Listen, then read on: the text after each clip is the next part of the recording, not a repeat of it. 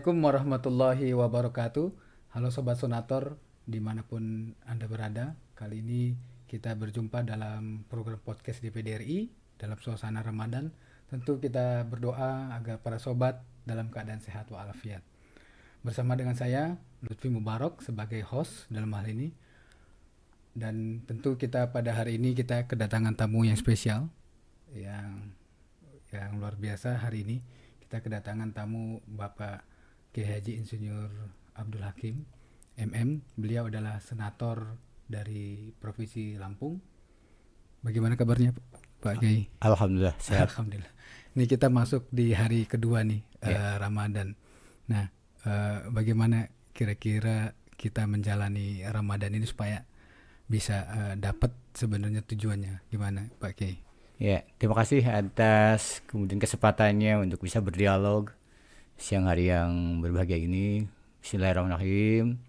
Assalamualaikum warahmatullahi wabarakatuh. Waalaikumsalam warahmatullahi wabarakatuh. Bersyukur alhamdulillah kita hari ini sudah di hari yang kedua dalam melaksanakan ibadah yang sangat mulia, yang sangat agung, yang hari ini kita sedang menjadi tamu istimewa, yaitu tamu Allah Subhanahu wa Ta'ala, di mana Allah telah mengundang kekasih-kekasihnya, orang-orang yang dicintainya, dengan seruannya itu a'udzubillahi minasyaitonirrajim, ya ayyuhalladzina amanu kutiba alaikumussyam kama kutiba alal ladzina min qablikum la'allakum tattaqun.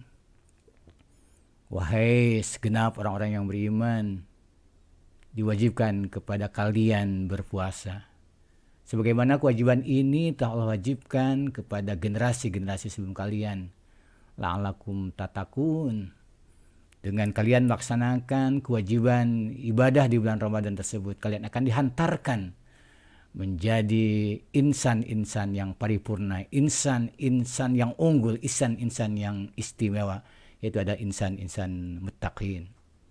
Alhamdulillah sudah hari yang kedua kita berada menjadi tamu istimewa Allah. Allah telah mengundang kita dan alhamdulillah kita sedang memenuhi undangan yang istimewa dari Allah Subhanahu wa Ta'ala. Ya, alhamdulillah. Ya, Ustaz, ini kan bulan yang penuh dengan keberkahannya. Nah, tentu kita para sobat sonator perlu persiapan yang cukup dalam menjalani puasa selama Ramadan. Nah, kira-kira apa yang perlu kita persiapkan yang paling utama, Ustaz? Ya, baginda Rasulullah SAW, karena ini adalah ibadah yang istimewa, ibadah yang akan mengantarkan kita mendapatkan sesuatu yang tidak kita akan dapatkan selain di bulan Ramadan. Oleh karena itu tentu kita harus terus mempersiapkan ibadah yang kita lalui selama kurang lebih 30 hari ataupun 1 bulan lamanya, dengan tentu mengikuti agenda-agenda dan bimbingan-bimbingan yang telah dibimbing, yang telah dicontohkan oleh baginda Rasulullah SAW. Kalau kita kemudian melaksanakan ibadah di bulan Ramadan ini melalui saum, melalui qiyamul lail ataupun tarawih ataupun ibadah-ibadah sunnah yang sangat-sangat dianjurkan oleh baginda Rasulullah SAW, niscaya kita akan mampu melaluinya dengan baik, mampu melaluinya yang pada akhirnya kita akan lulus dan pada akhirnya kita akan mendapatkan sesuatu yang sangat istimewa melalui tawaran-tawaran yang begitu indah, yang begitu menggiurkan. Tentu itulah yang semuanya yang kita cari sebagai insan muttaqin, sebagai hambanya. Oleh karenanya tentu syarat untuk bisa melaksanakan ibadah yang mulia ini, ibadah yang agung ini, ikutilah bimbingan dan petunjuk baginda Rasulullah SAW. Niscaya kita akan bisa melaksanakan ibadah itu dengan sebaik-baiknya. Bahkan insya Allah kita bukan termasuk orang yang dikhawatirkan oleh baginda Rasulullah.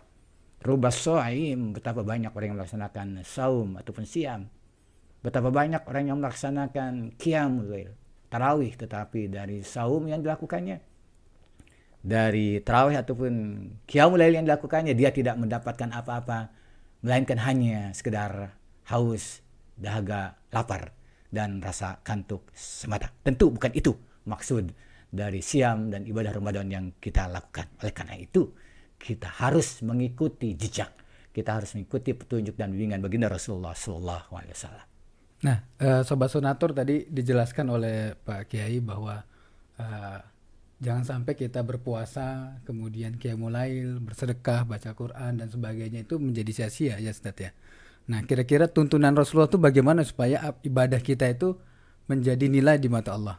Ya, tentu yang paling dasar adalah yaitu terkait dengan niat, dengan motivasi.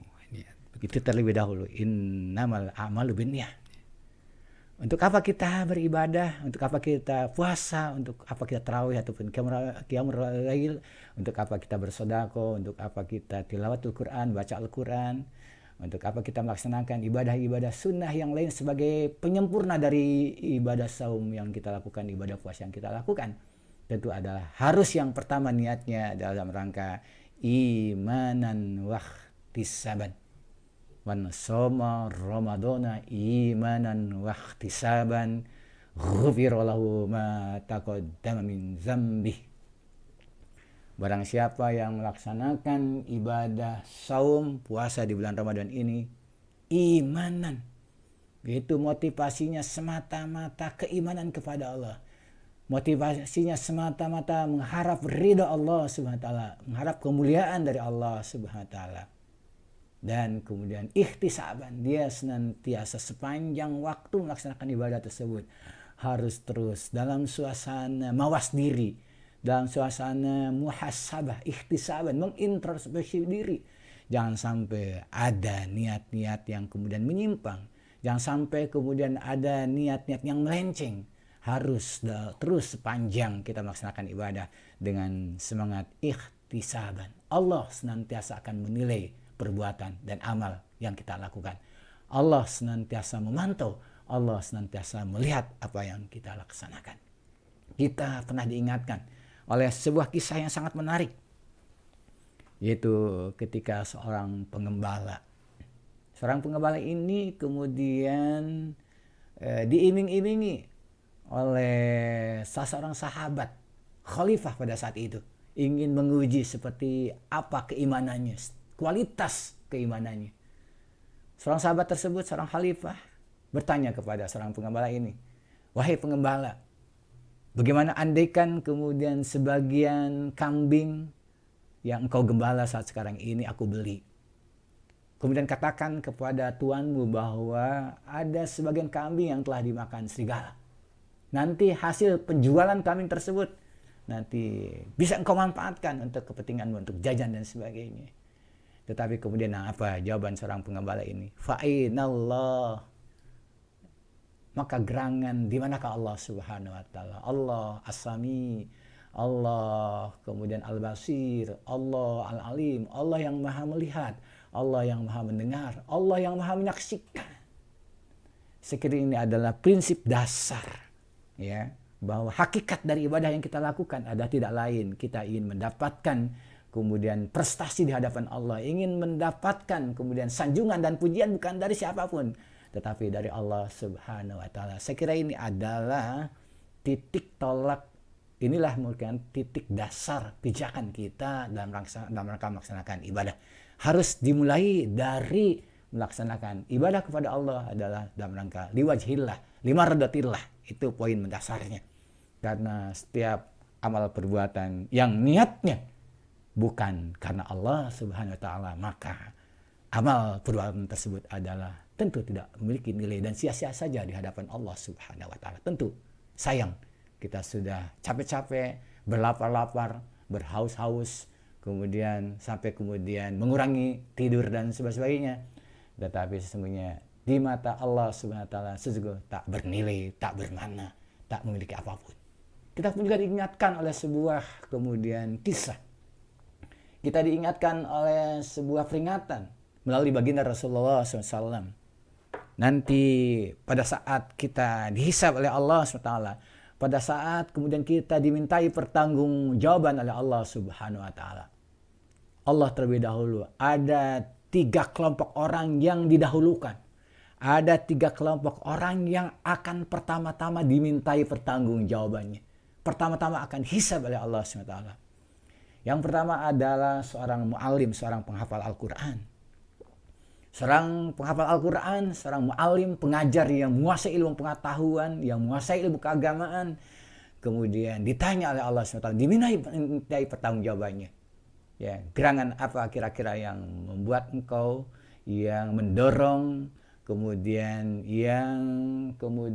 membuat Anda begitu luar biasa, ya, siang dan malam mengajar agama, siang dan malam kemudian mengajarkan Al-Quran.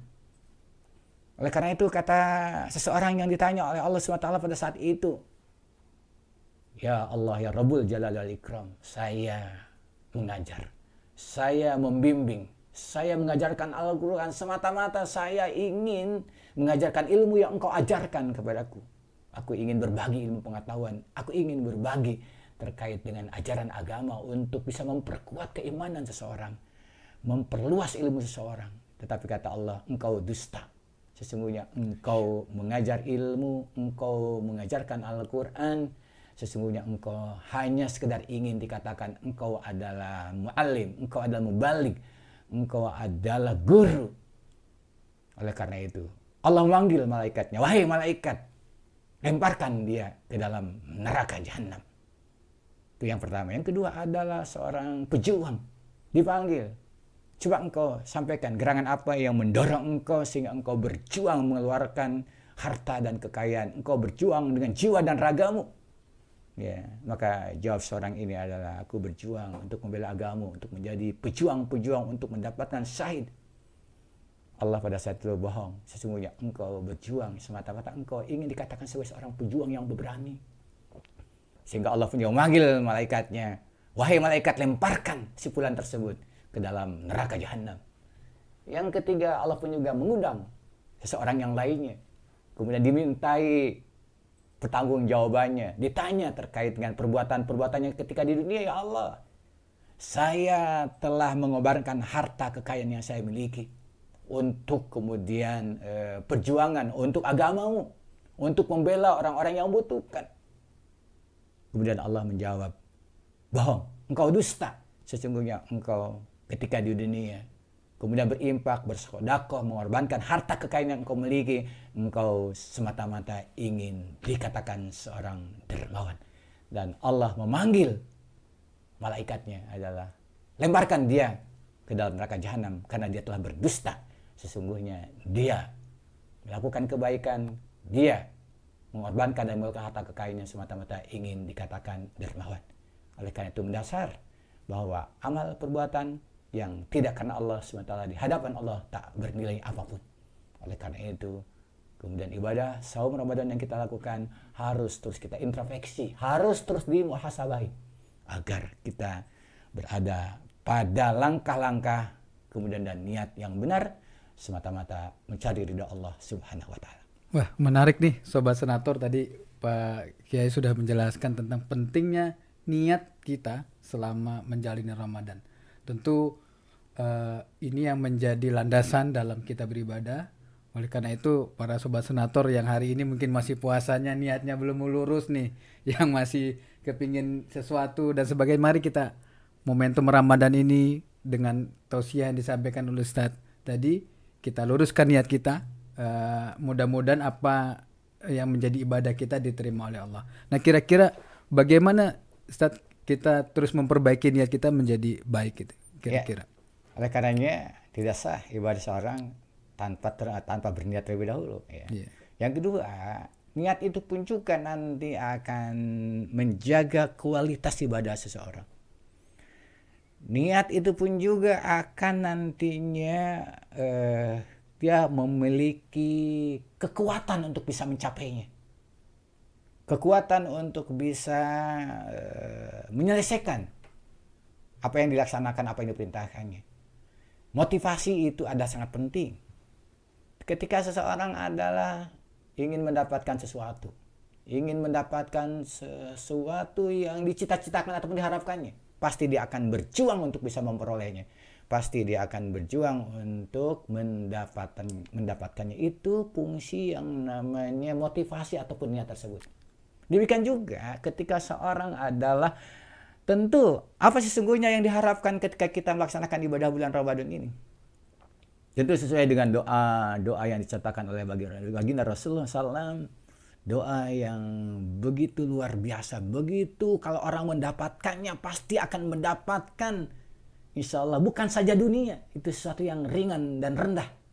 Tetapi tentu kemuliaan ketika dia kembali kepada Allah Subhanahu wa taala, yaitu keriduannya dan surganya.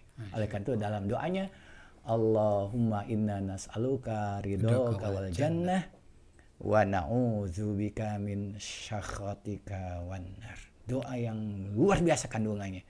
Yang pertama kita meminta kepada Allah, Allahumma inni nas'aluka ridhoka wal jannah. Itu keriduan Allah Subhanahu wa taala. Siapapun yang mendapatkan ridho dari Allah, siapapun yang mendapatkan kecintaan dari Allah, niscaya dia akan mendapatkan apapun yang diinginkan dan diharapkannya. Seorang yang dicintai seseorang yang disukai oleh seseorang yang dikasihi oleh seseorang, tentu orang yang mengasihaninya tersebut, orang yang mengasihinya tersebut, orang yang mencintainya tersebut, ketika datang orang yang dicintainya. Kita pernah punya pengalaman mencintai seseorang, mencintai anak kita, mencintai kemudian pasangan, istri ataupun suami kita masing-masing, mencintai orang tua kita. Bukankah kita karena cintanya kita kepada anak-anak kita, cintanya kita kepada pasangan hidup kita, kepada istri, kepada suami, kepada orang tua, bukankah kita tidak pernah merasa lelah dalam memenuhi harapan, kebutuhan dan permintaannya? Siang dan malam seorang orang tua, ya, di pagi hari yang buta, bahkan sebelum subuh sekalipun dia telah kemudian keluar rumah. Bahkan kemudian dia kembali ke rumahnya pun juga harus di malam hari. Semata-mata untuk bisa memenuhi kewajiban karena cinta kepada keluarganya, ingin memberikan penghidupan, ingin memberikan tanggung jawabnya, menghidupi, menafkahi keluarganya, anak dan istrinya serta keluarganya. Dia tidak pernah merasa lelah, dia tidak pernah merasa capek. Dia tidak pernah merasa kesusahan. Seorang petani di pagi hari yang buta, dia telah pergi untuk mencangkul, telah pergi ke kebun, telah pergi ke sawah atau tempat pekerjaannya. Luar biasa. Dia harus mengerjakan sesuatu yang sangat-sangat tentu.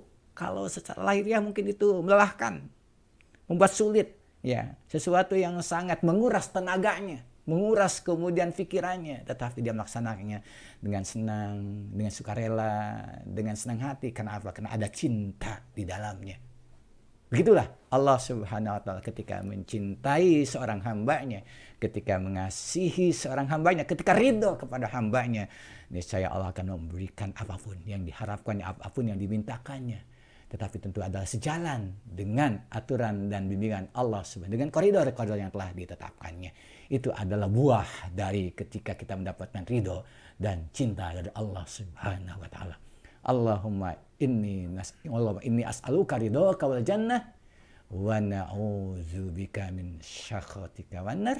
Kemudian kita pun juga meminta kepada Allah agar kita dilindungi, ya, dari murka Allah, dari Allah SWT, dari kebencian dari Allah SWT, min syakhatika wan nar. Yang kemudian kita pun juga berlindung kepada Allah untuk dihindari dari api nerakanya, dari siksaannya yang sangat pedih.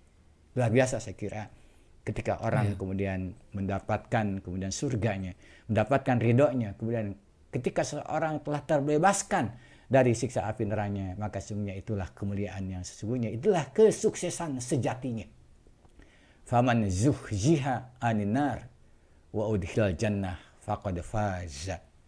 Barang siapa yang dibebaskan oleh Allah dari siksa api nerakanya dan yang kemudian dimasukkan oleh Allah ke dalam surganya, faqad faza, maka sesungguhnya dia telah mendapatkan kemenangan dan kesuksesan yang sejati. Inna lil muttaqina mafaza. Dia akan memperoleh kebahagiaan dan kemuliaan. Bukan saja nanti ketika dia menghadap Allah, dia akan mendapatkan surganya. Dia akan mendapatkan keriduannya. Dia dihindarkan, terbebas dari siksa api nerakanya. Tetapi di dunia sekalipun dia pasti akan mendapatkan kebahagiaan. Dia akan mendapatkan kemuliaan. Sebagaimana baginda Rasulullah SAW, baiti jannati, baiti jannati. Rumahku, surgaku, rumahku, surgaku. Ternyata surga sekalipun sudah ada di tangan baginda Rasulullah SAW. Surga telah berada di sekitar keluarga Rasulullah SAW. surga telah berada dalam rumah tangga baginda Rasulullah SAW. Karena baginda Rasulullah dan keluarganya serta para sahabatnya, mereka adalah orang yang telah mendapatkan ridho dan cinta dari Allah Subhanahu wa Ta'ala.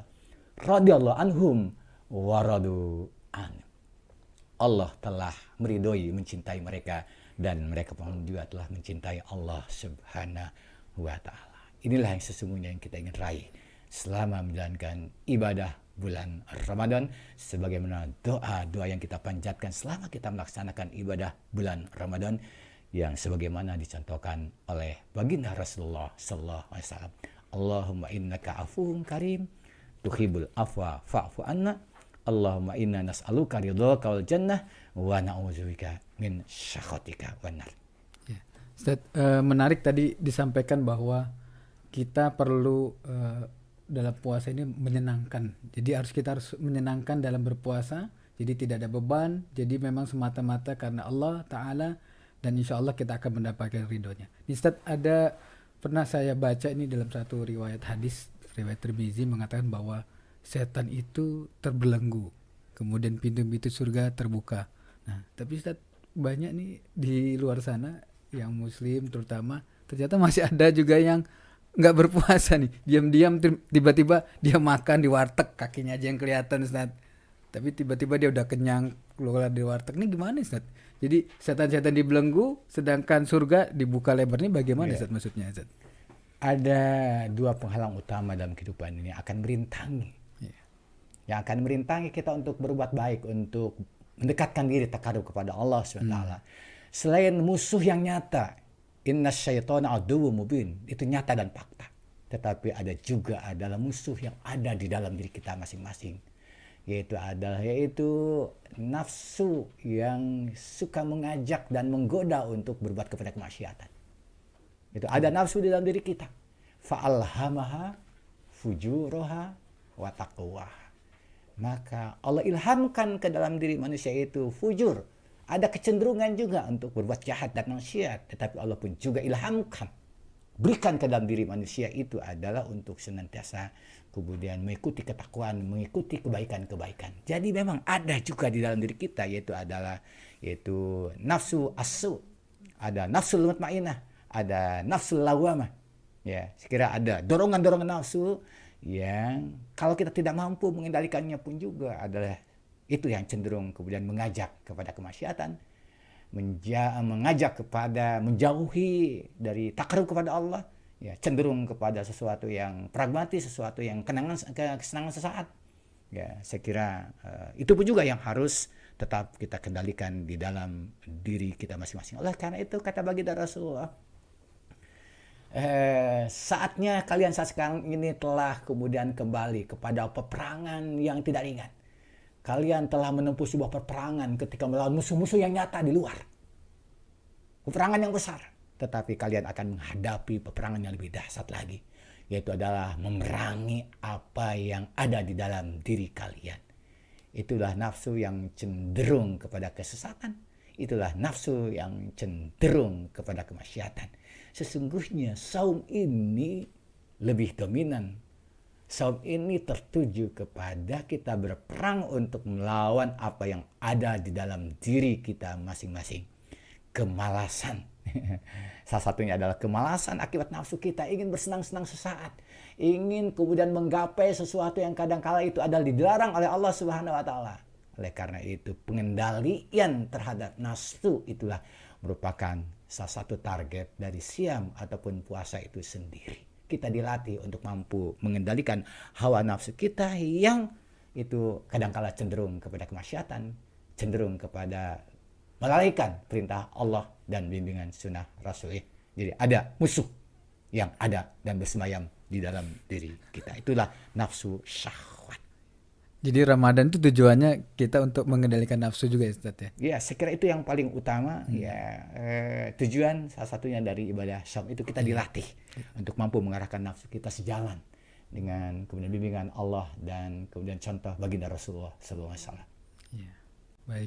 Baik, Sobat Sonator, ini ada Ustaz, ada beberapa pertanyaan nih terkait dengan puasa. Ini kan kadang-kadang banyak orang di luar sana tanya, kira-kira kalau pakai obat tetes mata, obat hidung atau apa itu kira-kira membatalkan puasa nggak Ya, Ustaz? selama itu adalah untuk pengobatan luar kan nggak ada masalah. Yang jadi membatalkan itu yang masuk ke ya, lubang-lubang yang bisa masuk ke dalam, ya, kerongkongan dan sebagainya. Kalau dari bawah bisa melalui apa namanya dubur apa atau dari dalam itu yang selama tidak masuk itu saya kira kalau untuk obat luar itu saya kira tidak membatalkan saum. Termasuk vaksin ya Ustaz ya? Termasuk vaksin, para ulama mengatakan sudah fatwanya para ulama vaksin dibolehkan, ya, tidak membatalkan saum. Nah, Sobat Sonator, jadi kalau yang mau vaksin di bulan Ramadan ini, Majelis Ulama sudah berfatwa tidak membatalkan puasa ya Ustaz? Betul. Artinya bagi Sobat Senator yang ingin vaksin kedua atau booster dan selama Ramadan ini dipersilakan dan tidak membatalkan puasa. Nah, kira-kira ini terakhir nih Ustaz, apa kira-kira pesan untuk Sobat Senator kira-kira untuk mendapatkan apa sebenarnya yang menjadi tujuan dari puasa itu? Ya, Allah mentahkan kepada kita untuk berbekal di bulan Ramadan ini melalui perbekalan takwa. Wa tazawwadu fa inna khairu zadi taqwa. Jadi Allah telah merancang yaitu sebuah sistem peribadatan yang itu akan merevitalisasi fungsi-fungsi yang ada di dalam diri manusia. Ya, manusia itu adalah diberikan oleh Allah untuk memiliki yaitu salah satu fungsi kemampuan untuk berpikir, ya. Yaitu adalah dalam rangka manusia memiliki pengetahuan agar dia hidup bisa yaitu mengelola pemberian dan nikmat dari Allah SWT. Itulah diberikan akal pikiran. Itulah diberikan kemampuan untuk bisa mengetahui dan untuk bisa mencontoh apa yang telah dibuat oleh Allah SWT. Itulah menduplikasi, ya. Menduplikasi, oleh karena itu ada kreativitas, ya. Berkembanglah ilmu pengetahuan dan teknologi, itu adalah fungsinya akal.